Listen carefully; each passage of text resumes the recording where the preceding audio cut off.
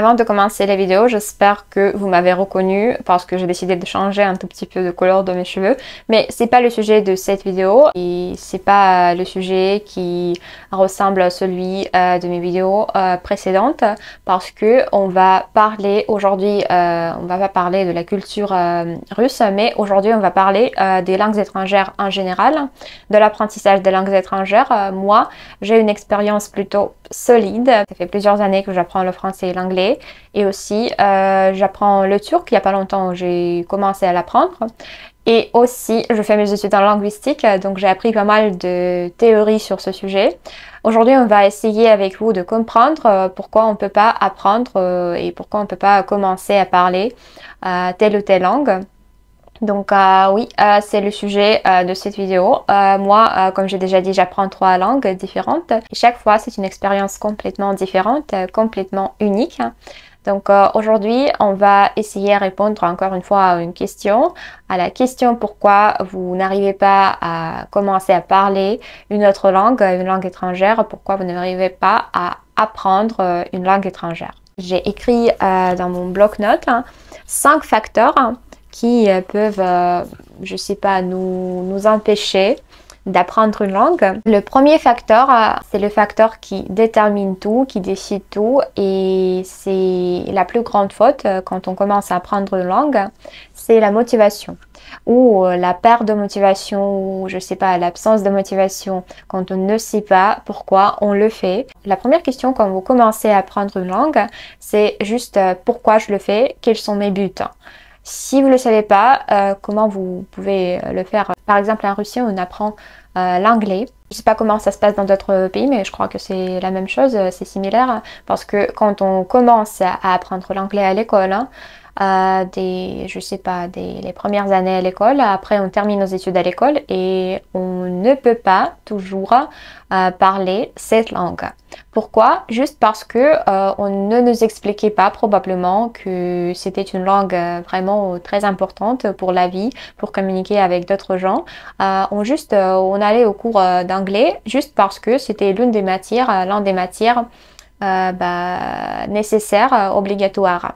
Avec moi, c'était comme ça. J'aimais pas trop anglais. Seulement après l'école, à l'université, j'ai commencé à faire des progrès. Donc oui, ici, il faut bien comprendre quelles sont vos motivations, quelle est votre motivation. Et ici, j'en ai déjà parlé dans l'une de mes vidéos quand je parlais de la langue turque. La motivation peut être externe et interne. Donc ça peut venir de l'intérieur et de l'extérieur, et ici on parle déjà des enfants et des adultes.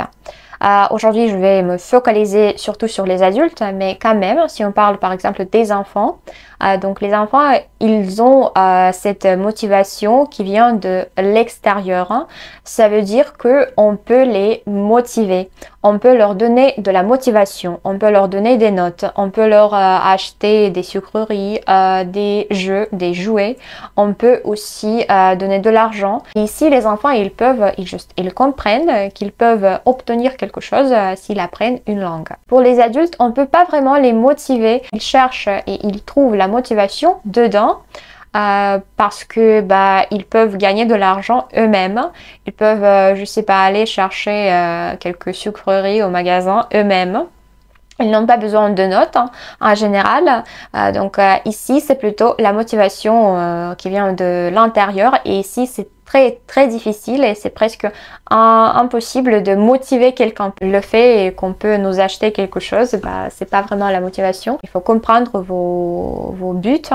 Et voilà, soit ce sont des raisons professionnelles, des raisons privées, je sais pas. Est-ce que vous voulez déménager quelque part pour y travailler, pour y faire vos études, ou je sais pas, vous êtes tombé amoureux ou amoureuse de quelque personne, ou vous êtes marié, voilà, vous essayez de comprendre mieux la culture et la langue de votre partenaire. Quelles que soient vos raisons, quels que soient vos buts, il faut toujours les comprendre. C'est ça qui nous pousse quand on apprend une langue. nos buts, hein, nos buts. Même si vous aimez juste la culture, même si vous ne voulez pas déménager quelque part dans un autre pays, même si vous aimez juste regarder des séries, c'est déjà la motivation, c'est votre motivation. Bah d'accord, mon but, ma motivation, c'est que moi, je veux regarder mes séries préférées et je veux comprendre tout à fait ce que les acteurs disent. Et c'est ici où l'on passe à notre deuxième facteur qui n'est pas si déterminant, qui n'est pas si important et si nécessaire, mais quand même c'est de l'affection, de l'amour à une langue. Je vous préviens, on ne peut pas, par exemple, il arrive qu'on n'aime pas la langue mais on l'apprend. Par exemple moi, j'ai cette expérience avec le français, c'est, je sais pas, on a cette compatibilité à 100%. J'adore cette langue, j'adore la culture, j'adore parler aux gens qui parlent le français, aux francophones. J'adore découvrir quelque chose de nouveau sur cette culture et juste, bah, je sais pas, c'était un coup de foudre. Mais avec l'anglais, c'est pas ça, c'est pas le cas.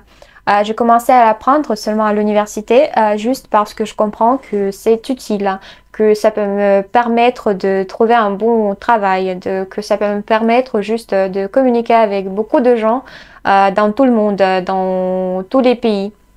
Parce que je crois que dans chaque pays, il y a au moins quelques personnes, je sais pas, une, deux personnes qui parlent anglais ou qui comprennent l'anglais. Donc, c'est juste une langue internationale.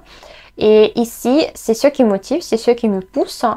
Et voilà, aussi, il y a ici un facteur pour moi que mes études à l'université, la plupart de mes études sont en anglais.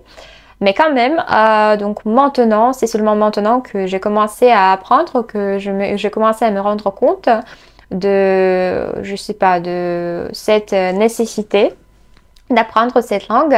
Ici, ce sont juste des raisons plutôt pratiques. Juste parce que je sais que c'est pratique, que je sais ce que ça peut me donner et je l'apprends. Ça, c'est aussi mon but pour l'anglais. C'est pas l'amour, c'est pas du tout l'amour. J'aime pas trop la prononciation. C'est beau, c'est vraiment très très beau comment on parle anglais.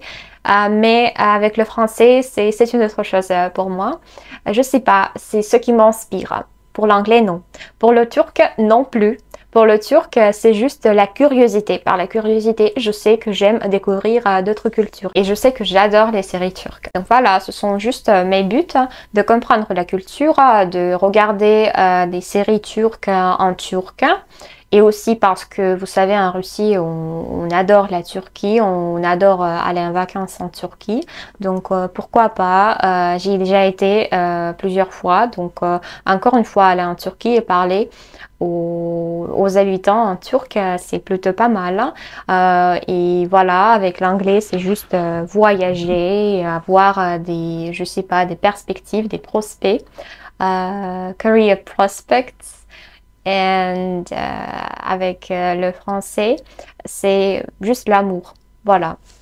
C'est de l'affection. Ça vient, je dirais, ça vient du premier facteur quand on parle de la motivation. Mais j'ai décidé de les un tout petit peu, de les diviser, de les séparer.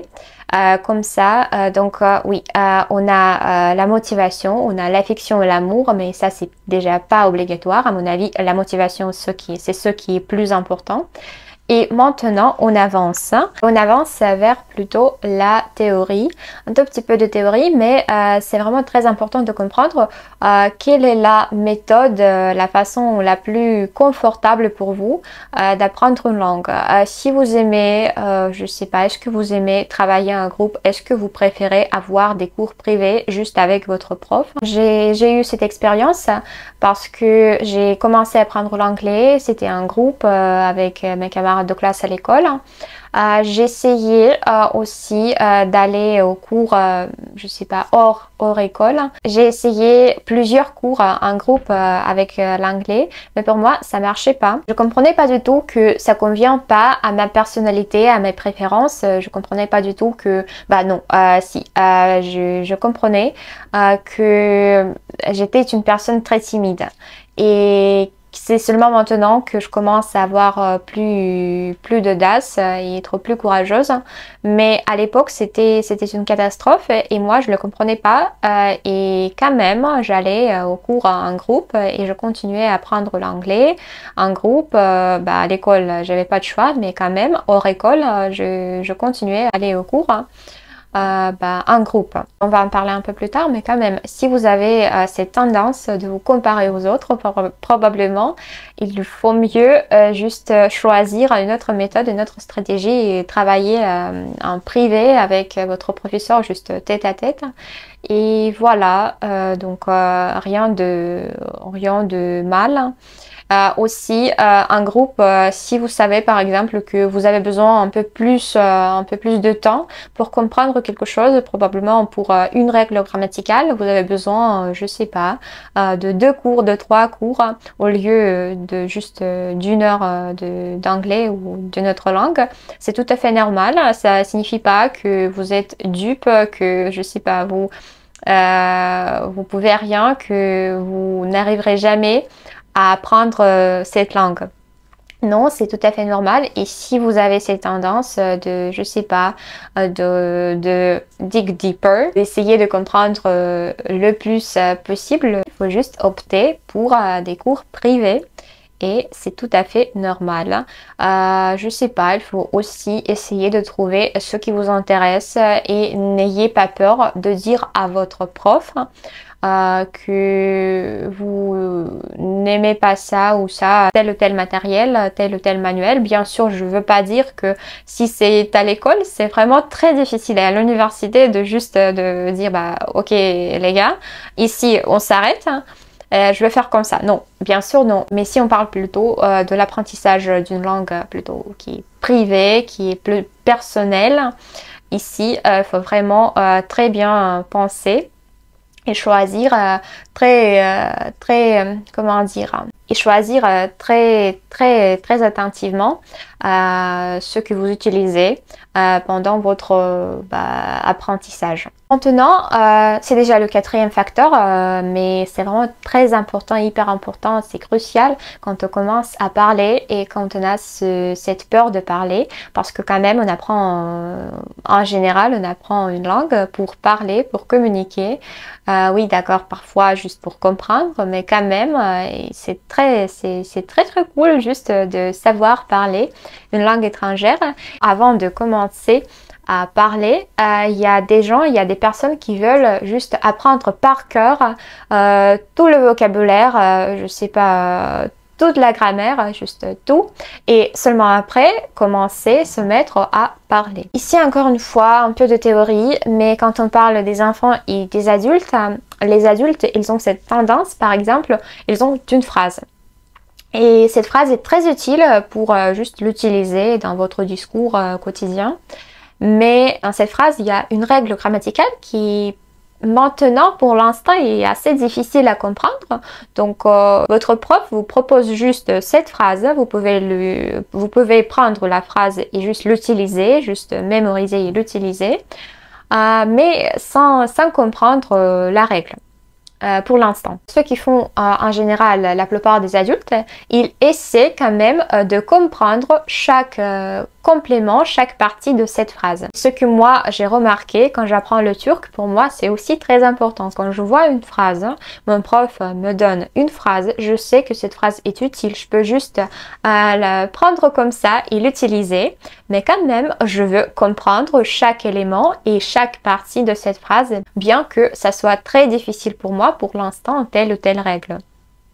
Pour les enfants, c'est plus facile. Là, pour les enfants, ils peuvent accepter, je sais pas, n'importe quoi, n'importe quelle phrase. Vous leur donnez cette phrase et vous leur juste dites, écoute, cette phrase signifie, je sais pas, telle ou telle chose, et tu peux l'utiliser quand, par exemple, je sais pas, tu veux demander quelque chose au magasin. Et voilà, enfant, il l'accepte. Il prend cette phrase dans son vocabulaire et il l'utilise bien qu'il ne connaisse pas encore la règle. Voilà. Avec les adultes, c'est assez difficile. Et la plupart des adultes, ça leur bloque quand ils veulent apprendre quelque chose. Quand ils veulent parler une langue, mais parfois on a cette impression qu'on ne dispose pas encore de vocabulaire riche, ou je sais pas, par exemple, qu'on ne connaît pas encore toutes les règles grammaticales, et ça peut nous bloquer, ça peut nous stopper, juste parce que on veut être parfait. C'est ici qu'on arrive vers le dernier facteur, c'est la comparaison. La comparaison aux autres, c'est ce qui peut vous stopper, c'est ce qui peut vous bloquer quand vous apprenez une langue étrangère. Quand par exemple une personne est trop perfectionniste, elle veut faire tout comme, je sais pas, comme la meilleure personne de ce monde. Et ça peut aussi bloquer, parfois c'est dingue, mais parfois moi je commence à me comparer aux locuteurs natifs. Par exemple, j'écoute, je sais pas, de la radio, je regarde des vidéos sur YouTube et j'écoute d'autres gens parler français. En général, ce sont des locuteurs natifs. J'essaie d'imiter leur discours, j'essaie d'imiter leur manière, leur façon de parler. Mais moi, j'arrive pas juste parce que j'ai cet accent. Je sais que j'en ai et je peux rien faire avec cet accent. J'essaie, mais pour l'instant, j'en ai. Mais quand même oui, ça peut aussi démotiver parce qu'on commence à comparer nous-mêmes aux autres personnes. Ici on revient vers le premier facteur parce que c'est la motivation. Et la démotivation, c'est l'antonyme du mot motivation. Je vais raconter un tout petit peu mon expérience avec l'anglais. C'est une expérience plutôt traumatisante et plutôt douloureuse parce que moi j'ai cette période, même maintenant parfois j'ai cette période parce que je fais mes études à l'université et dans mon groupe tout le monde parle français comme s'il était des locuteurs natifs. Elles parlent parfaitement, dans mon groupe il n'y a que des filles et donc elles parlent parfaitement. Et je les écoute parler anglais comme ça, juste comme ça. Je suis vraiment très impressionnée et c'est un très bon travail et ça me motive, ça m'inspire, mais en même temps, parfois je commence à me comparer et ça me déprime, j'avoue. Parfois j'avais des périodes quand même pendant des cours d'anglais à l'université, je pleurais pas, mais j'avais des larmes dans mes yeux. Et après les cours, je pouvais pleurer juste parce que cette langue me déprimait.